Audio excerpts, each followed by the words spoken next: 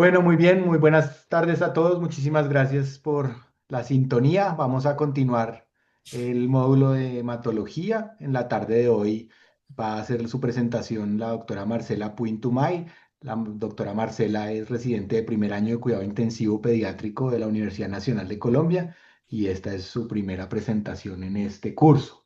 Entonces, Marcela ha trabajado en un tema que además es nuevo, no lo habíamos hecho antes.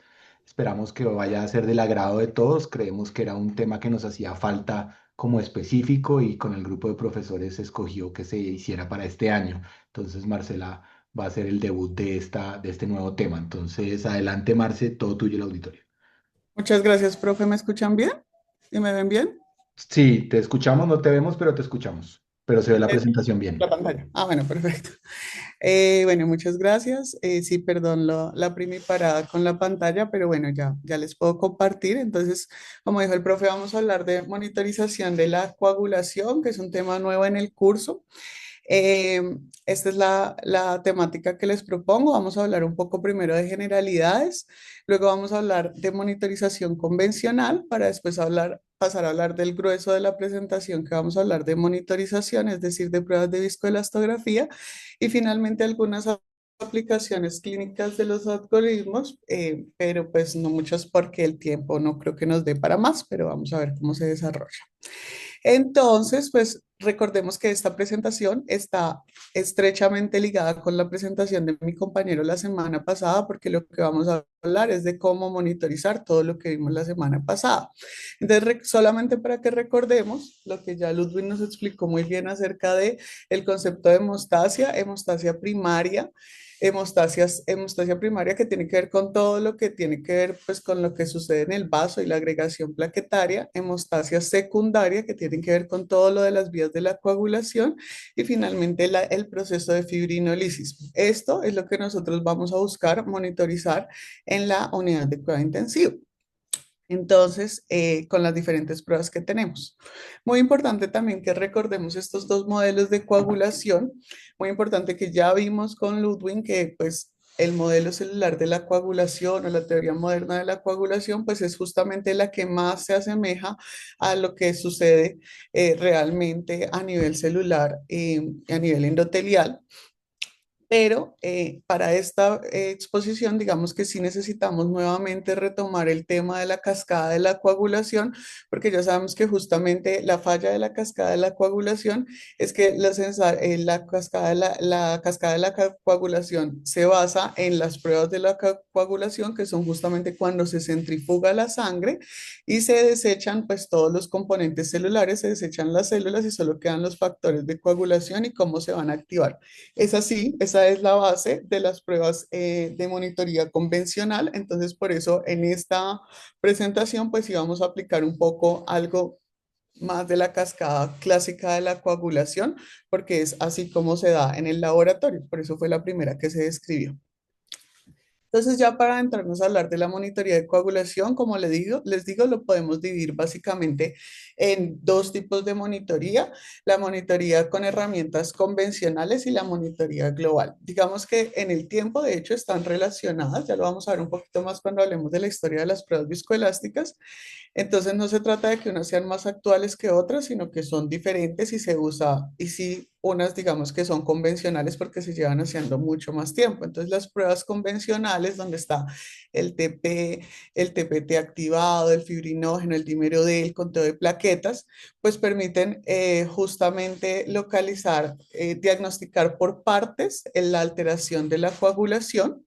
Tienen como desventaja pues que tienen un tiempo mayor de procesamiento, que no usan sangre completa, sino que usan plasma, como ya lo habíamos hablado, y que pues muchas de ellas tienen múltiples variables preanalíticas que pueden llegar a alterarnos las pruebas y sobre todo la observación de los diferentes laboratorios. Y como tal, pues no nos hablan de una predicción completa del laboratorio, es decir, yo puedo tener unos tiempos de coagulación prolongados y todavía mi paciente no está sangrando y puede que no sangre. En cambio, en las pruebas globales, pues vamos a ver que son pruebas mucho más rápidas, que además, pues las dos en las que nos vamos a centrar, que son la tromboelastografía y el ROTEM, tienen la ventaja de que tienen una interfaz gráfica que solamente con que uno vea la imagen ya le puede estar dando a uno pistas acerca de qué es lo que está sucediendo, que sucede, pues como les digo, muy rápidamente, que uno la puede ir viendo en tiempo real lo que va sucediendo y por lo tanto esto uno puede ir tomando decisiones también más rápidas y mejora las prácticas transfusionales, como lo vamos a ver al final de la presentación. Importante pues que nos da diagnósticos gruesos de a nivel global la coagulación, pero diagnósticos gruesos, nunca nos da como una cosa específica, como por ejemplo si en la monitoría de coagulación, que aunque pues no lo vamos a hablar acá, pues también puede medir en las pruebas convencionales, pues podemos medir la cantidad de factores y con eso podemos hacer diagnósticos más precisos de otras condiciones clínicas como las hemofilias. Entonces, esto es simplemente para que veamos justamente lo que estábamos hablando, que es que tenemos pues las fases de la generación de trombina, de la estabilidad del coágulo, de la firmeza del coágulo y de la estabilidad del coágulo, que tiene que ver con toda la cadena de la coagulación y con todo el proceso de hemostasis y cómo lo vemos que por pedazos se puede ir midiendo con las pruebas convencionales y con las pruebas viscoelásticas, pues tenemos una mirada más global de lo que sucede con la coagulación de nuestro paciente. Entonces vamos a hablar un poco de las pruebas de monitoría convencional. Aquí tenemos las pruebas clásicas como el tiempo de protrombina. Entonces recordar que, como les dije antes, pues aquí sí vamos a hablar sobre todo de la cascada clásica de la coagulación. Entonces el tiempo de protrombina evalúa la vía extrínseca, entonces evalúa el factor 7 y toda la vía común que es entonces como pues evalúa esta parte de la vía, entonces es especialmente sensible a los factores dependientes de vitamina K y pues que también nos va a servir entonces para monitorizar los diferentes anticoagulantes orales como la warfarina. Importante de cómo se toma la muestra, pues para que entendamos, vayamos entendiendo cómo pues se van dando las diferencias. Entonces pues se toma una muestra de sangre venosa que se mezcla con citrato de sodio, como lo podemos ver ahí, para quelar el calcio para en vivo, para en el tubo, pues en el tubo azul evitar la coagulación de la muestra. Luego se le va a agregar calcio en el laboratorio y se le va a agregar tromboplastina justamente pues para activar esa vía extrínseca de la coagulación, que sería, pues sabemos que la trombina es el gran activador de la coagulación, entonces para poder medir toda esa parte y pues se mide en segundos. Digamos que vamos a hacer una consideración pequeñita con que ya sabemos que también los factores de la coagulación se van desarrollando desde la etapa neonatal hasta los lactantes en diferentes tiempos y por eso pues el laboratorio, el valor puede ser un poco diferente en los lactantes, pero en general pues el tiempo normal es de 10 a 14 segundos. ¿Cuál es la dificultad con el TP? La dificultad es la estandarización del laboratorio. ¿Por qué? Por los diferentes tipos de tromboplastina que se usan. Entonces, por eso, digamos que como esta es una prueba que se utiliza para monitorización de warfarina, por ejemplo, entonces se utilizan pacientes que se toman muestras en diferentes laboratorios y esto era un problema para titularle la warfarina a los pacientes o era un problema pues para hacer seguimiento a los pacientes de toda esta vía.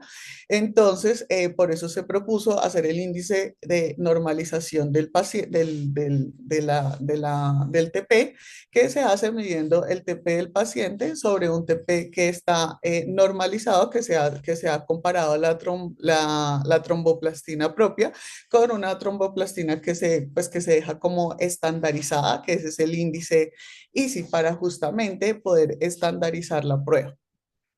Luego seguimos con el TPT activado, que a diferencia del TP, pues va a evaluar es la vía intrínseca de la coagulación y también pues la vía común. Entonces, pues ahí están entonces la parte que no se activa, sino solamente con un activador que solamente puede suceder pues en el laboratorio. Se recoge igual en un tubo azul, que al igual que el TPS único se mezcla con citrato de sodio, pero a veces se le va a añadir algún activador de contacto, algo que inicie, que active justamente el factor 12 para que se desencadene la vía de la coagulación. También se les adicionan fosfolípidos sintéticos y calcio, pues para simular como lo que sucede, los fosfolípidos sintéticos como para simular lo que sucede en las plaquetas.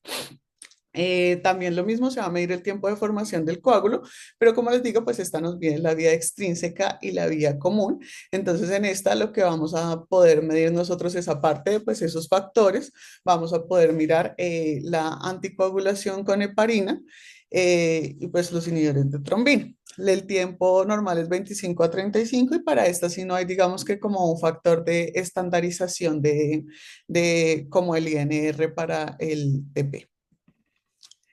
Luego tenemos el tiempo de trombina, que se mide la fase final de la vía común, o sea, la conversión del fibrinógeno en fibrina. Lo que se hace es que entonces se mira realmente eh, se obtiene lo mismo, plasma en el tubo azul, y a ese se le agrega una cantidad que, pues como dosificada de trombina bovina o humana, directamente a ese plasma, pues centrifugado, y se va a medir el tiempo que tarda en formarse el coágulo. Ese más que medir como tal la trombina va a medir la actividad de, pues, de la conversión del fibrinógeno en fibrina. Entonces, también es útil para distinguir, diferenciar causas de PT y PTT prolongados, pues ya en la vía común. Como les digo, eh, nos va a servir también para mirar algunos, la usamos también en CID para mirar algunos, como los productos finales de la degradación. Y el valor normal, pues que se espera es que sea menor de 22 segundos, como les digo, en la mayoría de los laboratorios, aunque esto se tiene que estandarizar con el laboratorio que use, pues que usemos cada uno. El antifactor 10A, digamos que cuando uno revisa esto, no hace parte como tal de las pruebas convencionales de monitoría cuando uno trata de buscar pruebas de monitoría, porque pues digamos que como hay como artículos o capítulos de libros específicos de monitoría, sin embargo yo lo quise agregar aquí dentro de las pruebas clásicas, pues porque nosotros sí considero que lo usamos permanentemente en la UCI para medir la anticoagulación, la anticoagulación con heparinas no fraccionadas y con heparinas de bajo peso molecular. Entonces era solamente para recordar eso, que es mucho más eficiente para medir, que podemos medir las dos tipos de anticoagulación, pero que para heparinas para la enoxaparina, pues sí, definitivamente es el de elección en pediatría. No mide directamente pues el factor 10A, sino la capacidad del anticoagulante que está presente, entonces en este caso pues la enoxaparina, para inhibir la activación enzimática. Lo mismo también se toma en un tubo azul, se centrifuga porque se mide en plasma y se agrega una cantidad conocida de factor 10A exógeno del plasma, y si esta muestra, la muestra del paciente, pues contiene heparina activa, pues va a inhibir el factor, y esa inhibición pues es la que nosotros vamos a medir. Cuanto más cantidad de anticoagulante haya, pues el factor 10A, va a haber menos cantidad de antifactor 10A, que es lo que nosotros podemos ver ahí en los valores normales. Se puede medir de dos formas distintas. eh, Se puede medir con, perdón, no de dos formas distintas, sino con dos tipos de unidades diferentes. Entonces es muy importante que en el laboratorio nosotros tengamos en cuenta en eso. Y la otra cosa que puede tener variabilidad es en algunos pacientes que están en cirugía, que han sido sometidos a cirugía hepática, a cirugía cardiovascular, y algunos pacientes con obesidad también pueden tener valores alterados del antifactor 10A. Entonces, esto es importante tenerlo en cuenta a la hora de la interpretación. Y finalmente, el dímero D, que el dímero D ya sería como de la otra parte, de la parte de la fibrinolisis. Entonces, es un producto de degradación de la fibrina que se genera pues durante la fibrinolisis. Su presencia en sangre informa la escisión como del coágulo, es específico de la degradación de todos los coágulos, y pues se toma también en un tubo que se va a agregar citrato y se pueden utilizar diferentes métodos. Se pueden medir por ELISA o se puede medir por inmunocromatografía, que es como la forma más rápida de medirlo. Y siempre nos va a hablar es de eso, de formación y ruptura de coágulos. Entonces es muy importante que lo tengamos en cuenta porque pues vamos a poderlo tener en múltiples procesos en los pacientes. Se utiliza pues en casos de embolia, en casos de sepsis, en casos de cualquier cosa que nos pueda generar coagulación intravascular diseminada, en los traumas, en las quemaduras, todo esto se puede elevar, entonces pues es bastante sensible, pero poco específico para que lo tengamos en cuenta. Y finalmente, pues no me voy a detener mucho ahí, pero tener en cuenta que en nuestro monitoreo convencional de la coagulación, pues medimos sobre todo, para medir la parte plaquetaria de la cascada, pues medimos sobre todo el conteo de plaquetas. Esto simplemente lo traje para que recordemos lo que ya nos había comentado Ludwig eh, en el tema anterior, que es para que recordemos que la función y la cantidad de los factores de la coagulación pueden estar alterados en los neonatos a diferencia de los adultos y que por eso es muy importante que tengamos en cuenta los valores de referencia para el grupo etario que estamos viendo para que no cometamos errores. Como les digo, a la larga, pues entre función y cuantificación.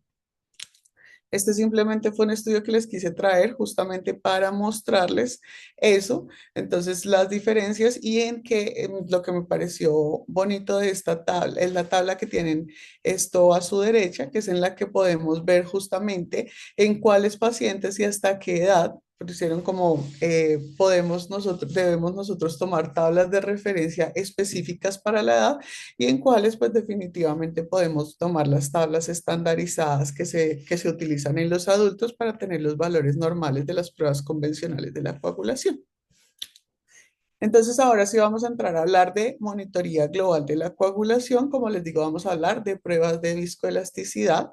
Es importante, como les digo, en algún punto, como decía el profe, pues como este es un tema nuevo, pensé abordarlo con el doctor Mario y con el doctor Pablo desde el tiempo, pero realmente esto no se puede abordar desde el tiempo porque la viscoelastografía es más o menos contemporánea con el PT. Lo que pasa es que si vemos que el auge se fue haciendo un poco más grande, duró mucho tiempo como en el laboratorio, pero más o menos fue escrita sobre la década de los 40.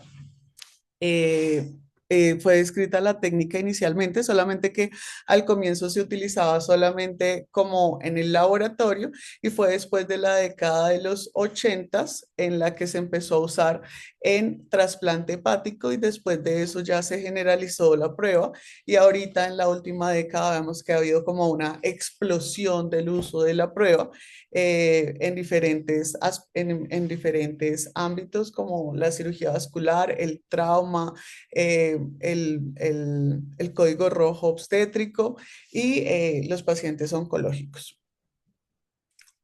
Esto es para que entendamos un poquito el principio de la prueba. Recordemos que entonces, pues justamente la sangre tiene propiedades viscosas y elásticas.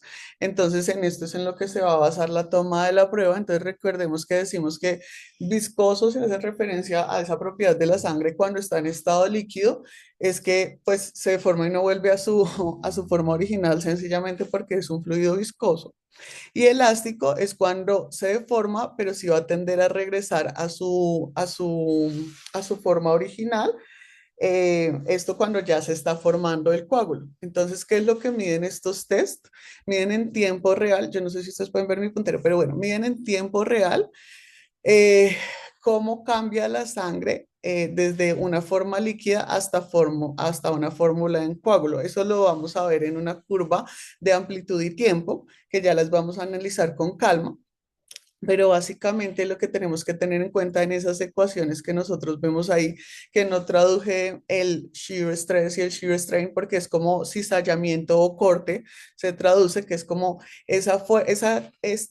fuerza que se aplica sobre un área para deformarla, sobre la capacidad de deformarse del coágulo, y básicamente eso es lo que nosotros vamos a ver en el test de o el de viscoelastrografía o en el ROTEM. Es ese principio el que se va a mover, la capacidad que tiene la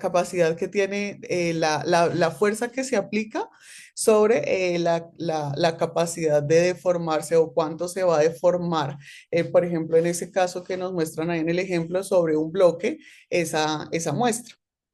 Eh, Esto es importante porque nosotros decimos entonces que cuando la sangre aún no está coagulada, es decir, está líquida, pues entonces el punto G o pues de rigidez pues es bajo, y cuando ya se empieza a formar, entre más firme se va volviendo el coágulo, pues el punto G se va volviendo como más alto. Entonces, tenemos, digamos que universalmente, ya vamos a ver que se están trabajando sobre otras pruebas, pero nosotros vamos a hablar de dos, de la tromboelastografía, porque es la clásica, porque es la primera que se describió, y del ROTEM, pues porque es el que en este momento es como el más usado. Entonces, dentro de la tromboelastografía, la primera imagen que tenemos, el aparatico beige que vemos ahí, es como el primer tromboelastógrafo que se usó, que es el TEC 5000. Ese se basa, casi todos se basan en el movimiento, pero digamos que en este lo que sucede es, como vemos en la imagen del lado, lo que se basa es que hay una copa con un pin, que el pin es como esa estructura, como el palito que entra, y esa copa se va a llenar con una cantidad específica de sangre, y la copa va a hacer unos movimientos de rotación entre 4 y 45 grados, va a estar girando la copa, y y lo que va a hacer el pin, que se mantienen inicialmente quieto cuando la sangre está líquida, pero que luego va a generarse un movimiento cuando se empieza a formar el trombo. Entonces eso se va a transmitir por una señal óptica para convertirse finalmente en una gráfica que es la que nosotros vamos a observar. Y el TEC 6S, que es el que podemos ver al lado, la maquinita blanca, que podemos ver que bueno, el TEC 5000 tenía varias desventajas. Una, pues que la sangre tocaba meterla pipeteada a la cabecera del paciente, sí, porque se hacía al lado del paciente con sangre completa, pero tocaba meterla pipeteada y eso podía dar errores porque es una cantidad de sangre específica, como podemos ver ahí, son 0,35 mililitros. Y lo otro que tenía de problema es que era muy sensible. Entonces, si algo se ponía sobre el aparato o si se movía el aparato, generalmente eso le podía dar errores de medición a la máquina. La máquina que vemos al lado, que es el TEC 6S, pues corrigió todo esto y tiene, como podemos ver ahí en la mitad, unos cartuchos en los que ya uno solamente pone la sangre y pone a leer el cartucho ahí en la máquina y le va a mostrar en tiempo real la gráfica. Además, le da unas pruebas complementarias de las que ya vamos a hablar más adelante, porque Rotem también tiene unas, y en esa ya está la posibilidad de leer el TEC con plaquetas, que ya también vamos a ver cómo funciona, porque digamos que recordemos que la tromboelastografía y el Rotem, pues nos miden, los clásicos nos miden solamente la parte de la coagulación globalmente, pero en funcionalidad de plaquetas, aunque sí nos habla de eficiencia de plaquetas, en funcionalidad de plaquetas, pues nos queda faltando. Entonces eso también ya lo vamos a ver cómo lo corrigen con las nuevas pruebas que se pueden adicionar o medirse también adicionales en estos dispositivos. Esta imagen me la encontré en uno de los artículos que consulté y me pareció pues muy bonita traerla porque justamente estas son de los estudios originales, o sea, de las copas originales con el pin original que generaban ese movimiento entre 4 y 45 grados que se traducían justamente a esta imagen que, como ya vamos a ver y vamos a estudiar detalladamente, pues es una imagen, es una curva de tromboelastografía. Entonces, como les decía, pues ya vimos ahí que la tromboelastografía pues se basa justamente en, en ese movimiento de la copa con el pin, y lo que nos va a hablar es lo que nos va a arrojar finalmente es una curva en la que nosotros vamos a tener una parte que se habla de la formación del coágulo y otra parte que habla de la fibrinolisis. Se miden básicamente estas variables, el tiempo R, el tiempo K, un ángulo alfa, una amplitud máxima y una lisis o un tiempo o una amplitud de lisis que puede ser de 30 o de 60 minutos. Vamos a hablar detalladamente de todas estas partes de la curva, pero comparadas también con con el ROTEM, pues por cuestiones de tiempo para que sea un poco más eficiente. Pero antes de eso, sí quiero de una vez, porque las plaquetas sí se miden la función plaquetaria sí se mide distinto en cada uno de ellos, o sea, en tromboelastografía y en ROTEM, el principio por el cual podemos mirar funcionalidad plaquetaria, porque como les digo, el componente plaquetario de la coagulación se puede mirar en ambas curvas, en las curvas clásicas del TEC y del ROTEM, pero la funcionalidad plaquetaria sí la medimos distinto en cada una de las pruebas, entonces por eso aquí sí me voy a tener un segundo para explicar cuál es esa tarjeta adicional que nosotros podemos correr de plaquetas en el tromboelastograma, en el tromboelastograma para poder ver funcionalidad de las plaquetas. Entonces, para que me entiendan un poquito, esto básicamente lo que va a hacer es que vamos a hacer el mismo principio de las copas, como lo ven ahí. Ustedes, la primera copa, como lo pueden ver, pues es un TEC normal, es simplemente el control que le vamos a pasar al paciente. Luego, a partir de las copas 2 a 4, pues ya vamos a añadir otras cosas para poder mirar la función de las plaquetas. Entonces, lo primero que le vamos a añadir a todas es que le vamos a añadir heparina para neutralizar la trombina, para poder aislar la función plaquetaria en presencia de un coágulo. Luego, a la copa número 2 también le vamos a agregar esto, esto reptilasa y factor 12A. Esto justamente lo vamos a hacer, como les digo, en esa vamos a inhibir las plaquetas, entonces esa es, vamos a ver el efecto puro de la fibrina que equivaldría en las curvas que ustedes están viendo a la curvita roja. Luego de eso, a las copas 3 y 4 le vamos a agregar a una copa ADP y a la otra copa ácido araquidónico, perdón, para justamente estimular la acción la acción de las plaquetas para poder ver, para poder ahí sí comparar las curvas. Entonces, ¿eso qué nos va a dar? Pues nos va a dar tres curvas. La curva negra que ustedes están viendo ahí, que sería básicamente la tromboelastografía normal, la curva roja, que como les digo, inhibidas las plaquetas, y la curva azul, que es justamente en la que nosotros estamos estimulando las plaquetas y vamos a ver la acción de las plaquetas. Así podríamos calcular un porcentaje de agregación, pues haciendo una ecuación con las diferencias entre la curva de la activación menos la curva en la que está inhibida sobre la curva completa menos la curva de la inhibición. Entonces así es como lo calcula se calcula en tromboelastografía. ¿Para qué se utilizan estas pruebas? Estas pruebas se utilizan sobre todo para mirar antiagregación plaquetaria y función de las plaquetas, es decir, para mirar el efecto de aspirina, de copidrogel y de los otros antiagregantes plaquetarios que no usamos en pediatría. Antes de las cirugías lo utilizan, y también pues digamos que una función alterada pues también global como en una CID lo podemos ver ahí en esta prueba. Siguiendo con nuestras pruebas viscoelásticas, entonces vamos a continuar con el ROTEM. El ROTEM, como les digo, es el que se llama tromboelastografía rotacional, funciona muy parecido al TEC. Lo que pasa es que en el ROTEM la diferencia es que lo que empieza a girar no es la copa, sino el pin. También hay, digamos que dos generaciones de ROTEM. El primero es este que ustedes están viendo en la imagen, que es el ROTEM Delta.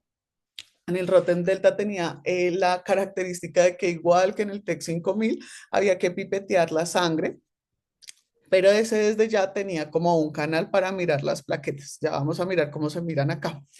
Y la siguiente generación, que es este que nosotros vemos acá, que se llama Rotem Sigma, que es el que tenemos disponible pues en la mayoría de los casos. En el Rotem Sigma ya también lo que hay son es cartuchos, entonces son como unas tarjetas con cartuchos donde uno simplemente pone la muestra de sangre y lo pone a correr y en la pantalla pues nos va a mostrar en tiempo real el proceso. Y como les digo, hay diferentes tipos de pruebas. Uno puede hacer una prueba única o uno puede hacer un Rotem, un Rotem con diferentes tarjetas para ver algunas cosas que ya las vamos a entender un poco más, pero es como para ver la vía extrínseca, que sería el extem, la vía intrínseca, que sería el intem, la función del fibrinógeno, que sería el fibtem, y la fibrinólisis, que sería el apten, y también hay otras adicionales que no están disponibles en Latinoamérica, que son más para ver anticoagulantes de los nuevos. Y las plaquetas, la funcionalidad, como les digo, de plaquetas, porque ya vamos a ver en las curvas que igual plaquetas podemos ver en las dos, la funcionalidad de las plaquetas la vemos es en este caso por impedanciometría, ya vamos a ver también la curva. Esta es la curva clásica, ya vimos la del TEC, ahora vemos la del ROTEM y ya en un momento vamos digamos que a desglosar estas curvas. Pero antes, lo mismo que en la ocasión anterior, les muestro primero, pues, cómo se da la medición de las plaquetas, porque como les digo, esta se da por impedancia, por agregometría de impedancia. Entonces no se da igual que en el TEC, ¿listo?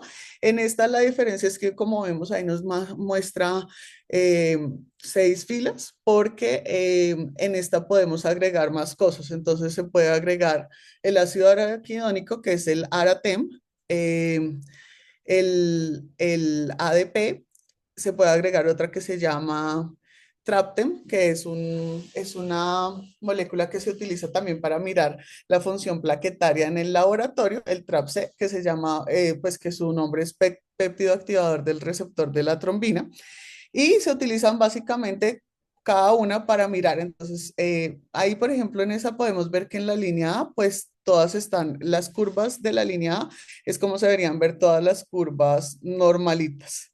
En la línea B vemos cómo está inhibida la vía del ácido araquidónico. Como la pueden ver ahí en azulito, le sale lo que está alterado. Entonces, pues esa sería por esto por aspirina, perdón. En la línea C podemos ver entonces cómo hay una inhibición del receptor de ADP, entonces eso sería por el uso de clopidogrel y así podemos ir mirando cada una de ellas. Digamos que es importante ver la línea F en la que vemos que todas las curvas están caídas, es decir, que todos, pues que se vieron afectadas los tres componentes. Y eso pues habla de destrucción plaquetaria, como les decía, que esa es la que más nos sirve, digamos, a nosotros en la clínica, más allá de monitorizar un fármaco, porque cuando están todas caídas nos dice, pues nos habla de destrucción del receptor plaquetario, por ejemplo, en casos de trauma grave o de sepsis.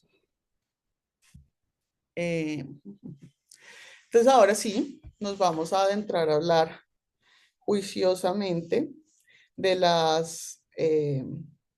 de la curva de la tromboelastografía y del ROTE.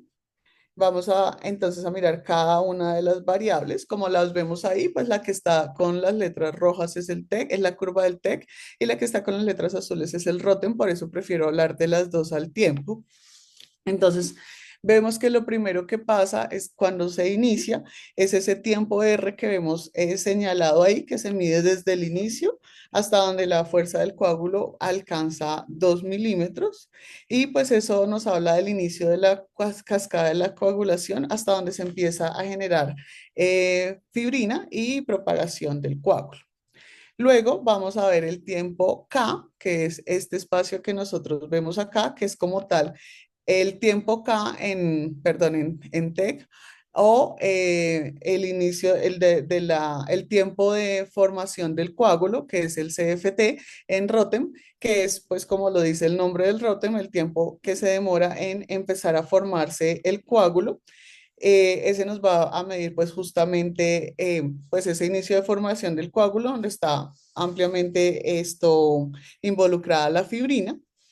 De esa medición también podemos sacar un ángulo, que es el ángulo alfa, que se va a medir pues formado entre el eje de las X y las Y y pues nos va a medir la rapidez con la que se forma el coágulo. El coágulo se va a hacer más eh, recto o más agudo dependiendo de lo que se demore pues ese, de la amplitud del tiempo K, entonces por eso se va a volver más agudo o más recto dependiendo pues de la coagulación del paciente. Luego, entonces pasamos a la amplitud MA o a la formación máxima del coágulo, que es digamos que ese momento en el que el coágulo está tiene la mayor cantidad de fuerza, es el momento en el que el coágulo está más firme, ¿sí? En ese momento decimos que esa amplitud va a depender sobre todo de las plaquetas y del fibrinógeno. Y luego vienen los tiempos de lisis que como les decía yo, pues se pueden llamar CL, o LI 30 y 60, que son pues medir a los 30 y a los 60 minutos cómo se va desintegrando el coágulo, cómo va la amplitud para desintegrarse el coágulo. Entonces, como vemos ahí, tenemos todos los procesos de la coagulación involucrados, desde que inicia la formación del coágulo hasta el momento en el que el coágulo está en su momento de mayor amplitud hasta finalmente cuando se empieza a degradar, es decir, cuando empieza el proceso de fibrinólisis. Esto es más o menos lo mismo, lo voy a pasar rápido porque ya estoy un poquito colgada del tiempo, entonces como podemos ver ahí, pues el tiempo R justamente o el tiempo R, perdón, o el CT nos va a hablar justamente de ese momento de la formación de la fibrina. Luego, entonces, pues ahí podemos ver causas de que se prolongue o de que no, o de que esté muy corto. Entonces, por ejemplo, si tenemos el tiempo R muy prolongado, podemos estar hablando de algunas dificultades pues para el inicio de la coagulación, con todos los factores de coagulación. Eh, y si lo tenemos muy corto, entonces vamos a hablar de rápida formación de fibrina o de hipercoagulabilidad. Luego tenemos entonces el tiempo K y el ángulo alfa, que como les digo, pues depende ya de la conversión del fibrinógeno a fibrina y de toda esa, como le dicen, explosión de fibrina para la formación del coágulo. Y pues, como les decía antes, pues que el ángulo se haga más agudo o se haga más recto, pues justamente va a hablar de más rápida formación del coágulo o más lenta formación del coágulo, es decir, de mayor coagulación del paciente. Finalmente, el tiempo de amplitud máxima, que como les digo, depende de las plaquetas y el fibrinógeno, digamos que es lo primero que le recomiendan a uno cuando está viendo estas pruebas de entrada que mire, que es el tiempo de amplitud máxima, porque en ese vamos a poder ver el efecto del fibrinógeno y de las plaquetas rápidamente. Si nosotros tenemos un tiempo de amplitud máxima que se puede medir en tiempos y ya vamos a ver los valores, pero si nosotros vemos esa curva delgadita, como la vemos en la primera gráfica de abajo, pues entonces nosotros vamos a decir o hay un problema en las plaquetas o hay un problema en el fibrinógeno. En cambio, si la vemos muy ancha, pues vamos a decir ese paciente tiene seguramente un problema de hipercoagulabilidad. Y con eso vamos a poder empezar a definir cuáles van a ser nuestras conductas. Y finalmente el tiempo de lisis, que es lo mismo, si vemos que el paciente se adelgaza muy rápido ese tiempo de lisis del coágulo, pues nosotros vamos a tener que empezar a pensar, venga, este paciente tiene un problema, por ejemplo, de hiperfibrinolisis. Como les decía, en cada uno, en el TEC 6S y en el Roten Sigma, pues ya no viene solamente la prueba convencional, sino que nosotros podemos tener otras tarjetas que básicamente son que se les agregan otros activadores para poder ver específicamente alguna parte de la coagulación. Por ejemplo, el EXTEM que vamos a ver la vía extrínseca, como les decía, el INTEM que vamos a ver la vía intrínseca y el FIBTEM que vamos a ver el fibrinógeno, que son las que al menos mínimamente usamos. Puede que no tengamos las otras, pero esas generalmente sí siempre las podemos tener a la mano. Esto simplemente para que veamos los valores de referencia en tiempo. Por ejemplo, en el ejercicio que nos dejó el profe, pues no tenemos claramente no tenemos la gráfica, pero tenemos el valor en tiempo, entonces también podemos ir a ver, mirar, bueno, cuánto mide mi CT, cuánto mide mi amplitud máxima, y según eso, pues vamos a poder decir qué es lo que le está faltando a nuestro paciente. Esto es para que veamos básicamente un esquema de ROTEM normal. Entonces aquí podemos ver en el paciente vemos un extremo, es decir, que está valorando sobre todo la vía extrínseca. Este es para que veamos la fórmula, la forma de las curvas del extem, del intem, del fiptem y del aptem. También tiene ahí, como vemos, así nos lo reportan, nos muestran la curva y podemos ver los valores y podemos ver que están dentro de lo normal. Mientras que aquí ya vamos a empezar a ver algunas alteraciones que podemos empezar ahí sí empezar a interpretar nuestro ROTEM. Entonces, por ejemplo, en este, el paciente, como podemos ver, tiene un extem, es decir, la primera imagen con menor amplitud del coágulo. ¿Cierto? Entonces uno ahí ya dice, si tiene menor amplitud, lo más probable es que tengamos una deficiencia de plaquetas o de fibrinógeno o de las dos. Entonces ahí podemos nosotros mirar el FIBTEM, que es el que está abajo de rosado, y cuando vemos el FIBTEM lo que vemos es que si el FIBTEM está normal, entonces nosotros decimos si el FIBTEM está normal, el problema es de deficiencia de plaquetas. Si el FIBTEM estuviera delgado, entonces diríamos el problema es de fibrinógeno y así podemos guiar nuestra transfusión. Esto es ya haciéndolo acá en la práctica, es la importancia de estas pruebas, ¿sí? Estas pruebas están diseñadas para que no desocupemos el banco de sangre en protocolos de transfusión masiva, sino que seamos un poco más coherentes en el momento de decir qué es lo que necesita nuestro paciente, por qué está sangrando nuestro paciente y poder así pues solamente utilizar lo que el paciente necesita, evitando todos los riesgos adicionales de las transfusiones. Aquí tenemos otro ejemplo. Entonces, en este ejemplo podemos ver que el paciente tiene también en el extem, una menor amplitud del coágulo y el FIBTEM, lo que les decía, está flaquito. Entonces, cuando nosotros vemos el extem con menor amplitud y el FIBTEM también con menor amplitud, ahí decimos, no, seguramente lo que tiene mi paciente es un problema de fibrinógeno. Aquí vamos a ver la fibrinolisis, digamos que como la vemos arriba en el extem y en el intem, es como normalmente uno ve un ROTEM de fibrinolisis, entonces uno siempre debería pensar, uy, ese tiempo en 30 o en 60 minutos se cerró muy rápido, por eso mi paciente tiene fibrinolisis, se redujo muy rápidamente, pero entonces ahora la pregunta es... eh, ¿por qué se cerró muy rápido? Entonces podríamos pasarlo también por un FIBTEM para ver justamente, para comprobar que pues ese FIBTEM tan delgadito nos habla justamente de que el problema de mi paciente pues es de hiperfibrinolisis. Y aquí tenemos otro caso, que es cuando, por ejemplo, tenemos en este caso, vemos que el tiempo inicial, el CT, está muy prolongado en el INTEM. Entonces ahí podemos decir, bueno, entonces la vía es intrínseca y tengo prolongado el CT. ¿Qué me puede prolongar el CT en la vía intrínseca? Pues ahí nos devolvemos a lo que vimos inicialmente de la cascada de la coagulación y podemos decir, pues esto se trata de un efecto de la heparina. Eh, bueno, y aquí también se los quería mostrar de esta manera. Entonces aquí vemos un FIBTEM que está muy prolongado, un INTEM que está muy prolongado, o incluso en este caso, en el caso que ustedes están viendo abajo, la raya verde, que es que nunca se abre la curva, es precisamente por una sobredosificación de heparina. Pero luego se pasa por el leptem y cuando vemos en el leptem, pues la curva se corrige. El leptem, ¿qué es lo que tiene? Pues una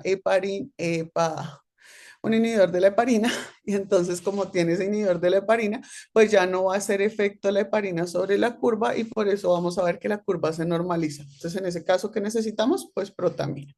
Entonces básicamente con todas estas mediciones, como les digo, lo que nosotros debemos es racionalizar qué es lo que necesita nuestro paciente o dónde está la falla de la coagulación de nuestro paciente. Entonces vamos a hablar un poco de algunos escenarios clínicos.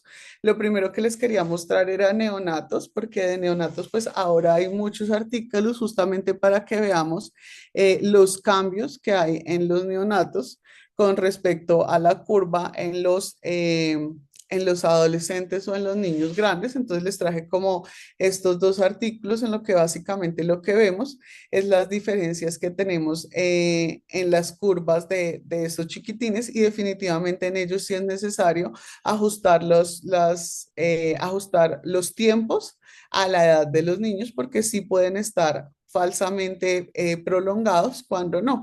Entonces, esta curva se ve muy mal, pero en la línea blanca, digamos que representaría a un neonato o a un lactante y la línea gris representaría a un adolescente. Entonces podemos ver que sí hay cambios en las curvas y que sí hay cambios en todos los parámetros de las curvas que fueron significativos. Por eso es importante que a la hora de interpretarlos sí tengamos en cuenta esa variación en los valores. Este que les traje acá es justamente para que veamos entonces ¿para qué se usa un ejemplo que les traje para mostrarles? Es para qué se usa, cómo lo usaríamos, cómo lo aplicaríamos en la práctica clínica. Entonces, este es un estudio que hicieron con cirugía cardíaca y a unos pacientes les aplicaron las pruebas viscoelásticas y con los otros pacientes se hizo la monitorización convencional.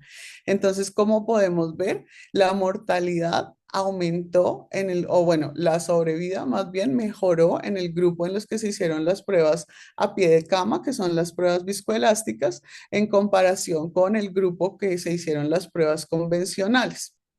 Como les digo, ¿esto por qué?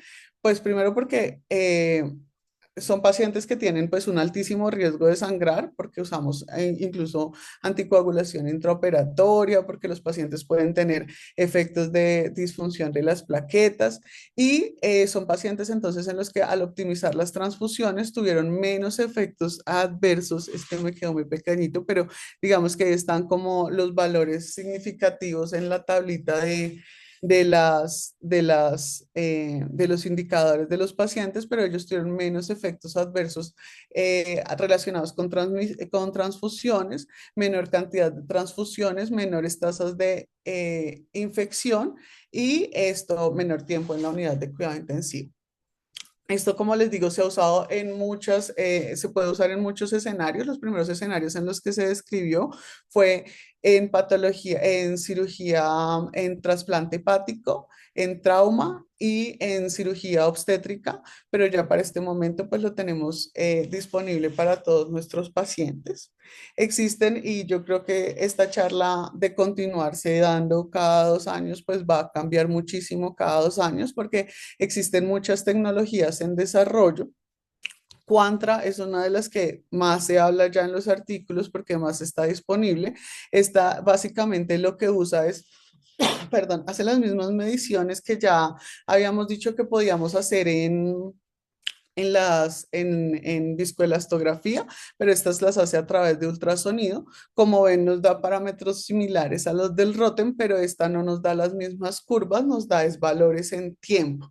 En este momento hay estudios aprobados, está aprobado por la FDA Quantra en cirugía de trauma, en trasplante hepático y en cirugías ortopédicas. Entonces, pues el futuro va hacia que vamos a tener muchas otras pruebas para monitorizar a pie de cama a nuestros pacientes. Como les digo, no se trata de que la monitoría a pie de cama reemplace la monitoría de los pacientes, porque la monitoría convencional de los pacientes, porque realmente se pueden complementar. Lo que pasa es que la monitoría a pie de cama sí nos puede dar resultados más rápidos y nos puede evitar procesos de transfusiones masivas. Entonces, por eso es que es tan importante que lo agreguemos a a nuestros laboratorios, pues que usamos para monitorizar a los pacientes. Es muy importante, bueno, dentro de las conclusiones, pues es muy importante que tengamos en cuenta, como les digo, el grupo etario. Lo que ya les decía, que las pruebas convencionales siguen siendo útiles, como complemento de las pruebas viscoelásticas y que ahora lo que se viene, aparte de las nuevas tecnologías, es tratar de unificar conceptos y de definir protocolos para optimizar el manejo de los pacientes. Porque digamos que en adultos ya están más definidos los protocolos, entonces hay protocolo, por ejemplo, de trauma, entonces si todo basado en viscoelastografía, entonces si el paciente tiene como les decía, por ejemplo, un tiempo de amplitud alto, entonces lo primero que usted mira es ponerle ácido tranexámico al paciente, si no, entonces lo puede pasar por un FIBTEM e iniciarle plaquetas a su paciente y todas las transfusiones racionalizadas alrededor del uso de las pruebas. Pero en pediatría, pues no tenemos todavía algoritmos, sino todo es como asemejado a lo que hacen los adultos, entonces, pues el futuro esa parte, aplicar las nuevas tecnologías que también se están investigando en adultos, es hacia unificar conceptos y definir protocolos. Y eso es todo para lo que tenía para contarles el día de hoy. Muchas gracias.